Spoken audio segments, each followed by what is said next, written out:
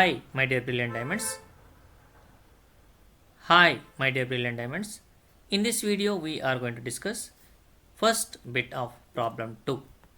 And in the question, they asked us to find first four terms of the AP.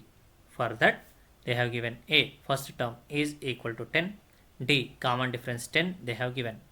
So, using this formula, AN is equal to A plus N minus 1 into D. We are going to find the first four terms of the AP. Before proceeding further, we welcome you to your favorite learning platform, GoodBricks.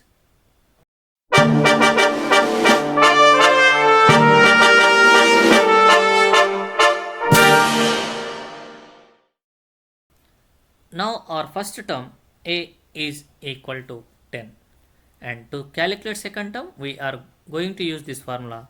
So T2 second term is equal to A plus D, A value 10, D value also 10, so we got 20 as our second term.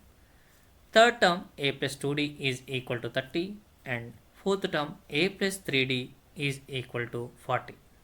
So finally the answer is our required first four terms of AP are 10, 20, 30 and 40. Hope you got good clarity on the problem which we have discussed. If yes, try to solve the remaining bits of this second problem. Thanks for watching and learning. Have a nice day.